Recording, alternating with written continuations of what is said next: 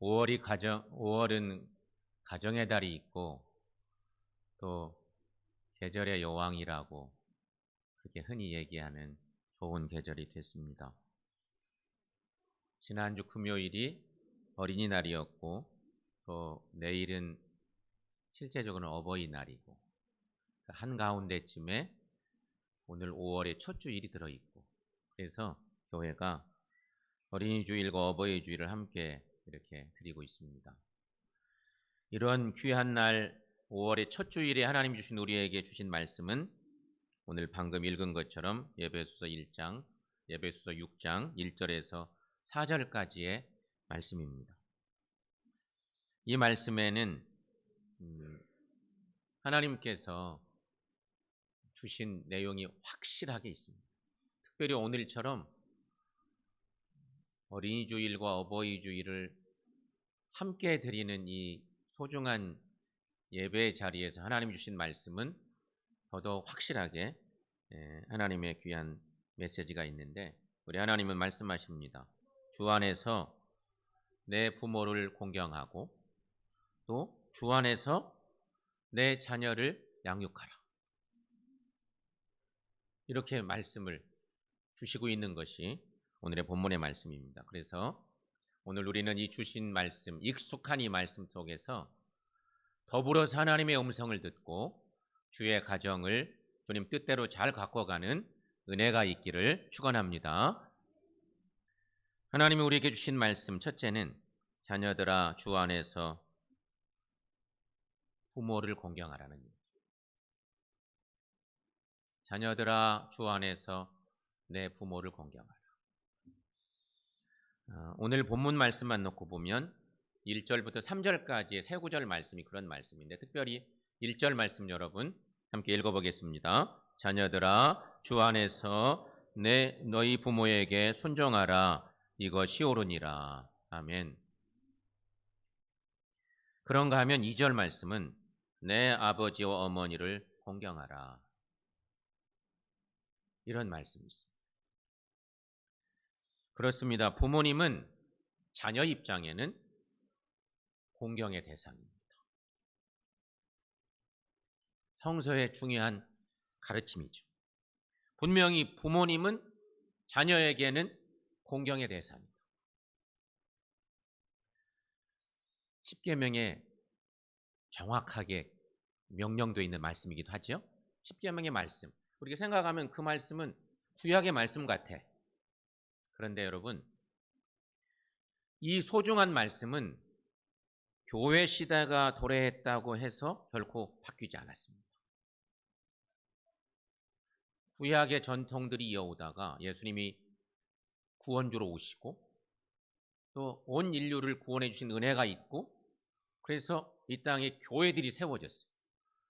초대 교회가 세워졌는데 교회 시대가 도래한 이후에도 이 말씀은 변함없었습니다. 그런데 바울은 주 안에서라는 말을 붙여서 이 귀한 유명한 구약의 계명을 이렇게 승화시켜 나간다고 할까? 교회 시대의 많은 성도들에게 전하고 있습니다. 그렇다면 여러분, 주 안에서라는 이 말씀의 의미가 뭘까? 이걸 좀 생각해 볼 필요가 있습니다. 이것은 부모님을 공경하되 부모가 예수님을 섬기고 교회를 반대하지 않는 한에서 하라고 하는 그런 말씀입니다. 문제는 부모님이 예수 믿는 것을 반대할 경우인데요. 지금 그런 경우도 있지 않습니까? 혹시 우리 가운데 부모님이 교회 다니는 걸 반대해. 그러면 참 복잡하잖아요. 그런데 바울은 교회 시대가 도래한 이 에베소 교회에 보내는 편지 속에서 주 안에서라는 표현을 쓰고 있는 거예요. 주 안에서. 예수님께서는 분명히 이때 마태복음 10장 37절 말씀에 보면 주님이 하신 말씀이 있는데 어떤 면에서는 부모를 버리지 않으면 안 되는 어떤 그런 상황을 맞닥뜨릴 때도 있다는 거예요. 주님이 그런 가르침을 주셨어요. 보세요. 마태복음 10장 37절 말씀인데 함께 읽습니다. 아버지나 어머니를 나보다 더 사랑하는 자는 내게 합당하지 아니하고 아들이나 딸을 나보다 더 사랑하는 자도 내게 합당하지 아니하며.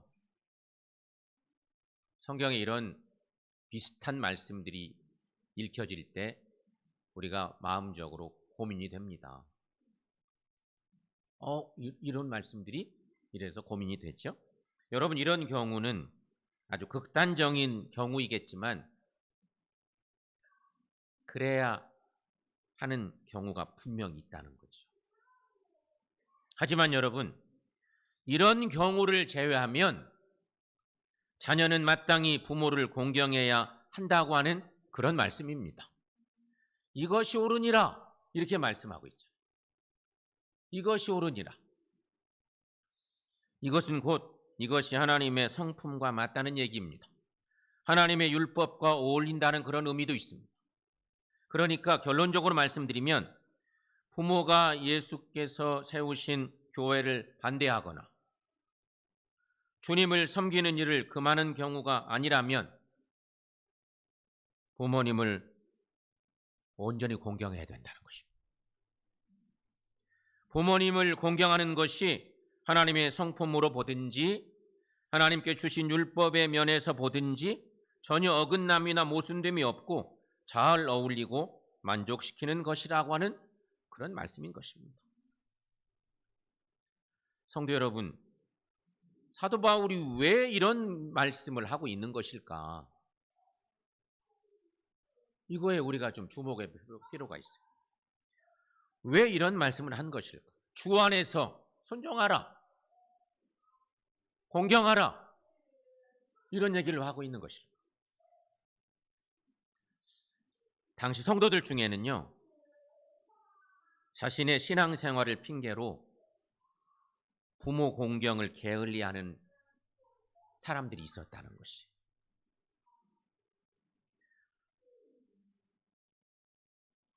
나 신앙생활 때문에 부모님 공경하는 거 좀 안 할래. 이런 마음들을 가지고 있었던 거예요. 적어도 초대교회 시절 교회가 열리고 난 뒤 그런 상황들이 있었다는 거예요. 그런 부분에 대한 이해를 우리가 좀 할 필요가 있는 본문이기도 합니다. 그리고 오늘 말씀은요, 특별히 에베소 교회에 보낸 이 편지는 페루나들에게 쓰는 편지가 아닙니다. 이 편지는 성도나 신실한 자들이 받아야 될 편지였습니다. 그들에게 주신 말씀이었어요. 에베소 1장 1절 말씀에 그런 기록이 있습니다. 여러분, 저기도 한번 읽어보겠습니다. 하나님의 뜻으로 말미암아 그리스도 예수의 사도된 바울은 에베소에 있는 성도들과 그리스도 예수 안에 있는 신실한 자들에게 편지하노니. 아멘. 그만큼 교회 안에 이런 문제를 일으키는 자들이 많이 있었다는 그런 반증이기도 한 거예요. 초대교회 시절에. 예배하는 일 때문에, 예수 믿는 일 때문에 부모 섬기는 일을 좀 잘못하고 있는 그런 성도들도 있었던 것이 분명해요. 그래서 구약의 얘기 같지만 주 안에서 순종하고 공경하는 것이 자녀 입장에서 부모에게 당연히 할 일이다. 이걸 가르치고 있는 것입니다. 성도 여러분, 부모 공경은 하나님께서 인간 사이에 세우신 영원한 법칙입니다. 그러므로 주 안에서 부모님을 공경하며 살아가는 우리 모두가 되시기를 축원합니다. 또 한 가지, 부모들아 자녀들을 주의 교훈과 훈계로 양육하라, 이런 말씀입니다. 오늘 본문 4절 말씀도 여러분 함께 읽어보겠습니다. 또 아비들아 너희 자녀를 노엽게 하지 말고 오직 주의 교훈과 훈계로 양육하라. 아멘. 여기 첫 번째 생각해 볼 것은 너희 자녀를 노엽게 하지 말라는 말씀입니다. 이 말씀은 자녀를 위한 부모의 합당한 자세가 무엇인지를 암시해주는 중요한 내용입니다. 간혹 부모들 가운데 자녀들에게 좋은 옷을 입히고 좋은 음식 먹여주고 좋은 학원 보내주면 부모 역할을 다한 것으로 생각하는 이들이 있을 수 있습니다. 그런데 여러분, 이런 부모일수록 자녀들을 함부로 대하는 경향이 있다는 것입니다. 하지만 여러분, 아이들이 어떻습니까? 좋은 음식 먹고 좋은 옷에 좋은 학원 다닌다고 만족할까요? 아닙니다. 무엇보다도 아이들이 건강하게 자라는 것은 부모로부터 인격적인 대우와 사랑을 받을 때인 것입니다. 여러분, 부잣집 아이들이라고 항상 건강하고 밝게 자랄까요? 어떨까요? 아니에요. 부잣집 아이들이라고 반드시 건강하게 자란다고 말할 수 없어요. 반대로 가난한 집 아이들이라고 무조건 어둡고 삐뚤어지게 자랄까요? 아닙니다. 얼마든지 밝고 건강하게 자랄 수 있습니다. 왜 그렇습니까?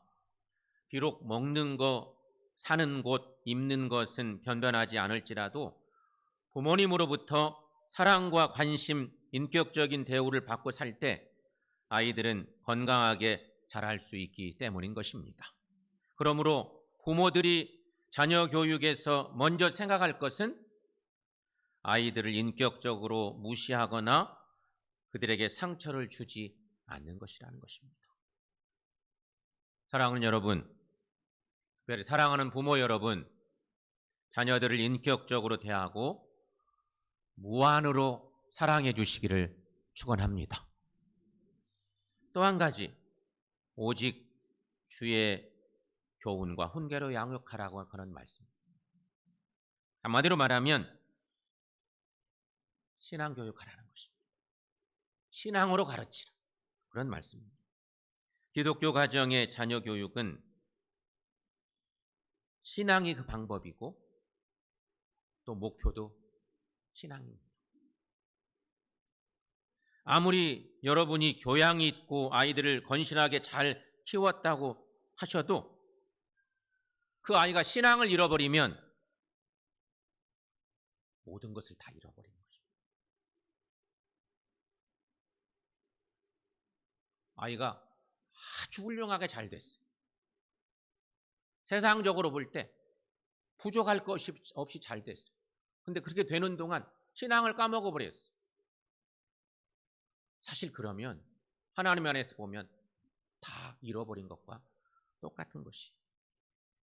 우리는 이것을 꼭 명심할 수 있어야 되는 것이.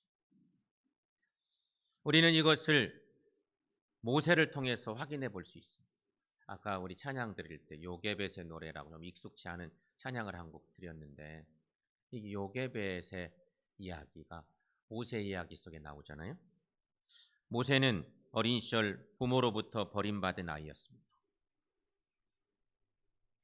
어쩔 수 없는 이유가 있었다고는 하지만 그는 부모로부터 버림받은 것은 틀림없는 일입니다. 그리고 그는 이집트 궁궐 깊은 곳에서 자라납니다. 그런데 보십시오. 성경은 그가 나이 40이 되매 자기 동족을 돌볼 수 있는 마음이 생기게 됐다는 것입니다. 이집트 왕자로 자라났습니다. 다 성인이 되었습니다. 40살쯤 되었을 때 그가 자기 동족을 돌보는 마음을 갖게 됐어요. 바로 궁중에서 잠시 죄악의 낙을 누리는 것보다 하나님의 백성과 함께 고난을 받는 것을 더 좋아하게 됐다는 것입니다. 히브리서 11장 25, 26절 말씀에 저런 말씀이 있는데요. 여러분 함께 읽어보겠습니다. 도리어 하나님의 백성과 함께 고난받기를 잠시 죄악의 낙을 누리는 것보다 더 좋아하고 그리스도를 위하여 받는 수모를 애굽의 모든 보화보다 더 큰 재물로 여겼으니. 아멘. 이런 변화가 어떻게 일어난 것일까? 어떻게 된 일일까? 모세에게.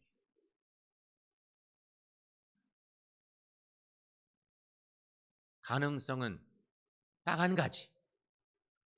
애굽 궁중의 유모로 들어간 모세의 친모 요게벳의 신앙교육 때문이라고 보는 것입니다. 요게벳의 교육이 어떤 교육이었을까? 오늘 말씀에 이때 보면 오직 주의 교훈과 훈계로 양육하는 교육이었던 것입니다. 성도 여러분, 어려서부터 철저한 신앙교육을 시킬 때 아이는 진정으로 위대한 아이로, 바른 아이로 자라게 되는 것입니다. 이것을 누구보다 뼈저리게 느낀 사람이 있다면 그가 바로 모세였을 거예요. 성경의 증거를 보시면 이런 모세는 이스라엘 지도자가 되어서 끝까지 자기 백성을 애굽 바로의 손에서 구해냈다고 증거하고 있습니다.